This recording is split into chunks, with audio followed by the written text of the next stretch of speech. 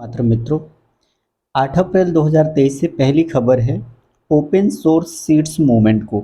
हम समझते हैं ये ओपन सोर्स सीड्स मूवमेंट है क्या। दरअसल इसका उद्देश्य है पेड़ पौधे की विभिन्न प्रकार की किस्मों को पेटेंट से मुक्त रखना। यानी कोई कंपनी इसमें कभी ये दावा नहीं कर सकती कि इस प्रकार के जो बीज हैं वो सिर्फ वही उनको पेटेंट उसके नाम पर है, दूसरे इसको नहीं उगा सकते, नहीं इसका वो कर सकते हैं। इसका एक उद्देश्य ये भी है कि किसानों के लिए बीजों को बचाना और बांटना, चूँकि पहले से ही ये चीज़ अवैध है। और यूरोपीय संघ है, कनाडा है, भारत आदि में बीज बचाने की गतिविधियों और बीजों की अदला बदली, इसको जो अवैध बनाने वाले कानून हैं उनसे संबंधित जो मांग है वही ओपन सोर्स सीड्स मूवमेंट कहलाता है।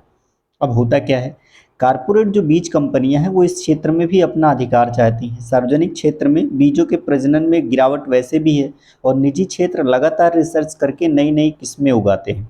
तो वो उनको अगर पेटेंट कराना चाहते हैं तो फिर इसका मतलब ये है कि दूसरे उसमें फ़ायदा नहीं उठा पाएंगे। अब ये जो ओपन सोर्स सीड्स मूवमेंट है इसकी पहली जो अवधारणा थी वो लिनक्स जैसे प्रसिद्ध ओपन सोर्स सॉफ्टवेयर या फ्री सॉफ्टवेयर मूवमेंट से ये पता चली।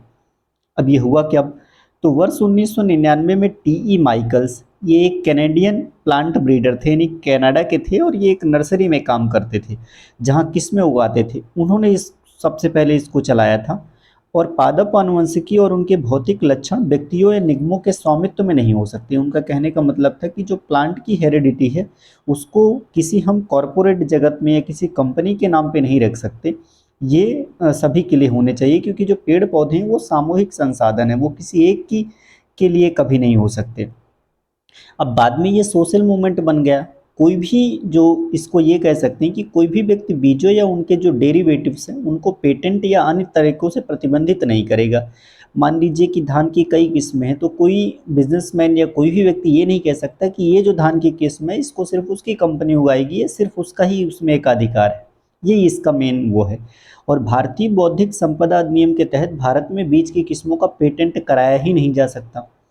अच्छा, इसके लिए भारत में क्या कानून है, तो plant variety protection and commerce rights act PPVFRA ये 2001 में आया था, जो किसान की किस्मों का पंजीकरण है।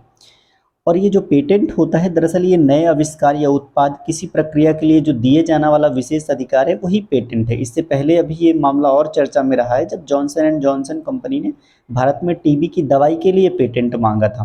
हालांकि वो जो पेटेंट था वो एवरग्रीन पेटेंट के अंतर्गत उनकी डिमांड थी। जो भारत में पेटेंट का अधिनियम है वो 1970 में है और वाणिज्य और उद्योग मंत्रालय द्वारा ही पेटेंट किया जाता है। अगली खबर है विंडफॉल टैक्स को लेके। दरअसल सरकार ने जो विंडफॉल टैक्स है उसको कम करने का आदेश जारी कर दिया है। जो विंडफॉल टैक्स है वो 35 रुपये प्रति टन से घटाकर उसको डायरेक्ट ज़ीरो कर दिया गया है। अब ये होता क्या है, डीजल पर इस टैक्स को आधा कर दिया गया है। एविएशन टरबाइन ईंधन है ATF और पेट्रोल के निर्यात में टैक्स में कोई बदलाव नहीं किया गया है, उनको पहले से रखा गया है। अब ये होगा कब, तो नई दरें जो हैं वो अभी 4 अप्रैल 2023 से प्रभावी हो जाएंगी। भारत में 1 जुलाई 2022 को पहली बार विंडफॉल टैक्स लगाया गया था। ओपेक और रूस जैसे देशों ने प्रतिदिन 1.16 मिलियन बैरल के तेल के उत्पादन में कटौती कर दी है। यहाँ जो बैरल लिखा है उस बैरल का मतलब होता है एक बैरल बराबर 159 लीटर। इससे कच्चे तेल की कीमतों में क्या हो गया है, उछाल आ गया है। अब अगर विंडफॉल टैक्स भी लगा के रखते हैं तो ऐसे में किसी विशेष उद्योग या कंपनी को जो अप्रत्याशित लाभ होता है उस पर ये विंडफॉल टैक्स लगाया जाता था। चूंकि पहले से क्रूड ऑयल महंगा हो रहा है तो अब ये लगाना संभव नहीं है। बिना किसी अतिरिक्त प्रयास या व्यय के आय में हुई अप्रत्याशित बढ़ोतरी वही ये विंडफॉल टैक्स में कहलाती है। अब ये जो अप्रत्याशित लाभ है ये फर्म या कंपनी द्वारा बिना किसी सक्रिय निवेश या रणनीति के व्यवसाय बढ़ाने के लिए होता था। ये इसके लिए था। अगली खबर है पंडित रविशंकर को लेके। आज 7 अप्रैल है और पंडित रविशंकर का जन्म 7 अप्रैल 1920 को हुआ था। इनका निधन 11 दिसंबर 2012 को हुआ था। पंडित रविशंकर का जन्म वाराणसी में हुआ था। 10 वर्ष की उम्र में वो नर्तक बन गए थे और 18 वर्ष की उम्र में उन्होंने सितार वादन में अपना लक्ष्य बनाया। 1949 में वो ऑल इंडिया रेडियो के निदेशक बने। इन्हें पश्चिमी देशों में सितार वादन को पहचान दिलाने के रूप में जाना जाता है। सोवियत संघ, अमेरिका जैसे कई देशों में सितार वादन का प्रदर्शन किया। इन्होंने पाथेर पंचाली और गांधी जैसी फिल्मों को भी संगीतमय किया था। अगली खबर विश्व स्वास्थ्य दिवस को लेके है। 7 अप्रैल को हर वर्ष 7 अप्रैल को विश्व स्वास्थ्य दिवस मनाया जाता है। इस दिवस का उद्देश्य लोगों के समग्र स्वास्थ्य और कल्याण के बारे में जागरूकता बढ़ाना है। यह दिवस विश्व स्वास्थ्य संगठन के स्थापना दिवस पर मनाया जाता है और इस साल इसकी 75वीं वर्षगांठ थी। इस वर्ष विश्व स्वास्थ्य दिवस की थीम है सभी के लिए स्वास्थ्य। 7 अप्रैल 1948 को ये बना था और आज विश्व के 6 क्षेत्रों में और लगभग 194 सदस्य देशों में कार्यरत है। कोरोना के समय सबसे ज़्यादा गाइडलाइन और दुनिया भर के देशों के बीच सामंजस्य बिठाने का काम WHO ने किया था, इसलिए ये और भी इसका महत्व है। भारत की जो स्वास्थ्य सेवा प्रणाली है वो बहुत जटिल और बहुआयामी है, जहाँ सरकारी और निजी क्षेत्र दोनों ही सुविधाएं हैं। 1.3 बिलियन से अधिक आबादी को चिकित्सा सेवाएं प्रदान कर रही हैं। इसके लिए भी WHO समय समय पर गाइडलाइंस तय करता है। एक और है जो हमारे घरेलू चीज़ों से जुड़ी हुई खबर है। सरकार ने अपने जो गैस कीमत तय करने का फॉर्मूला है वो चेंज कर दिया है। दरअसल जो CNG हम इस्तेमाल करते हैं, यानी कॉम्प्रेस्ड नेचुरल गैस, संपीड़ित प्राकृतिक गैस, हाल ही में केंद्र सरकार ने घरेलू गैस की कीमतें तय करने के लिए एक नए फॉर्मूले को मंजूरी दी है और इस फॉर्मूले से नेचुरल गैस के जो मूल्य निर्धारण के लिए कैंप या सीलिंग प्राइस लगाने को मंजूरी दे दी गई है। अब ये कैप या सीलिंग प्राइस क्या होगा, मतलब उससे अधिक कोई नहीं बेच सकता। इस नए नियम के तहत नेचुरल गैस की कीमत का निर्धारण कच्चे तेल की कीमत के अनुसार किया जाएगा। जैसे पेट्रोल डीजल हमेशा चेंज होता रहता है, वैसा होगा अब। यानी नई व्यवस्था में घरेलू गैस की कीमत को मौजूदा रेट से 24% कम कैप के साथ क्रूड ऑयल के साथ जोड़ दिया जाएगा। अच्छा, इससे पहले पुरानी व्यवस्था क्या थी, तो हर 1 अप्रैल और 1 अक्टूबर को प्राकृतिक गैस की कीमतें तय की जाती थी और ये कीमतें अमेरिका और कनाडा, रूस जैसे सरप्लस देशों में चल रहे रेट के आधार पर की जाती थी। लेकिन अब इस व्यवस्था को ख़त्म कर दिया गया है और हर महीने इसको चेंज किया जाएगा। अगली खबर इसरो को है। भारतीय अंतरिक्ष नीति 2023 को मंजूरी दे दी गई है। हाल ही में केंद्र सरकार ने अंतरिक्ष के क्षेत्र में इसरो की गतिविधियों को बढ़ावा देने के लिए भारतीय अंतरिक्ष नीति 2023 को मंजूरी दे दी है। इसका उद्देश्य देश के अंतरिक्ष विभाग की भूमिका को बढ़ावा देना, अनुसंधान, रिसर्च, स्टार्टअप और उद्योग को बड़ी भागीदारी देना है।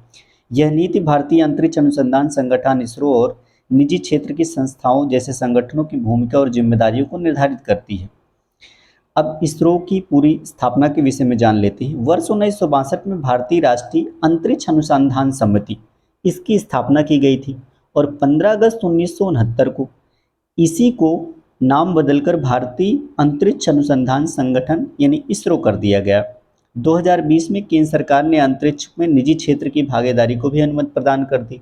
विगत 3 वर्षों में देश में लगभग 150 स्टार्टअप्स की वृद्धि हुई है, यानी जो अंतरिक्ष के क्षेत्र में आए हैं ऐसे 150 प्लेयर आ चुके हैं। मौजूदा समय में अंतरिक्ष क्षेत्र में उपग्रहों की स्थापना और संचालन के क्षेत्र में केवल सरकारी मार्ग से 100% तक की FDI की अनुमति, यानी इसमें फॉरेन डायरेक्ट इन्वेस्टमेंट भी 100% तक है, लेकिन वो सरकारी माध्यमों के माध्यम से है। भारतीय अंतरिक्ष नीति 2023 देश में अगले दशक के लिए अंतरिक्ष क्षेत्र में विकास की नई रूपरेखा को तय कर देगी। अगली खबर है world energy transition outlook report. ये एक प्रकार की रिपोर्ट है, 2023 जारी कर दी गई है और इस रिपोर्ट को जारी किया है IRENA। अब ये IRENA क्या है, तो इसका मुख्यालय है बर्लिन में, यानी जर्मनी की कैपिटल है।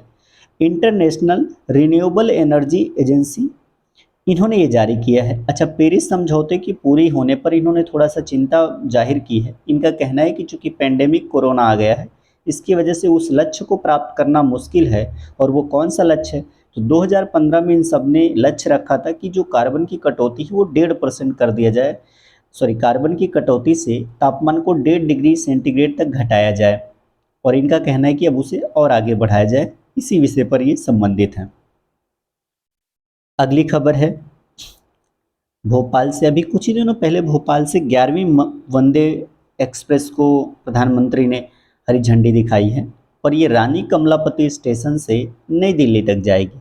अब सवाल ये है, जो रानी कमलापति हैं भोपाल में 2 ही बड़े रेलवे स्टेशन हैं, उसमें से एक रानी कमलापति स्टेशन है जो पहले हबीबगंज नाम से था और दूसरा भोपाल है।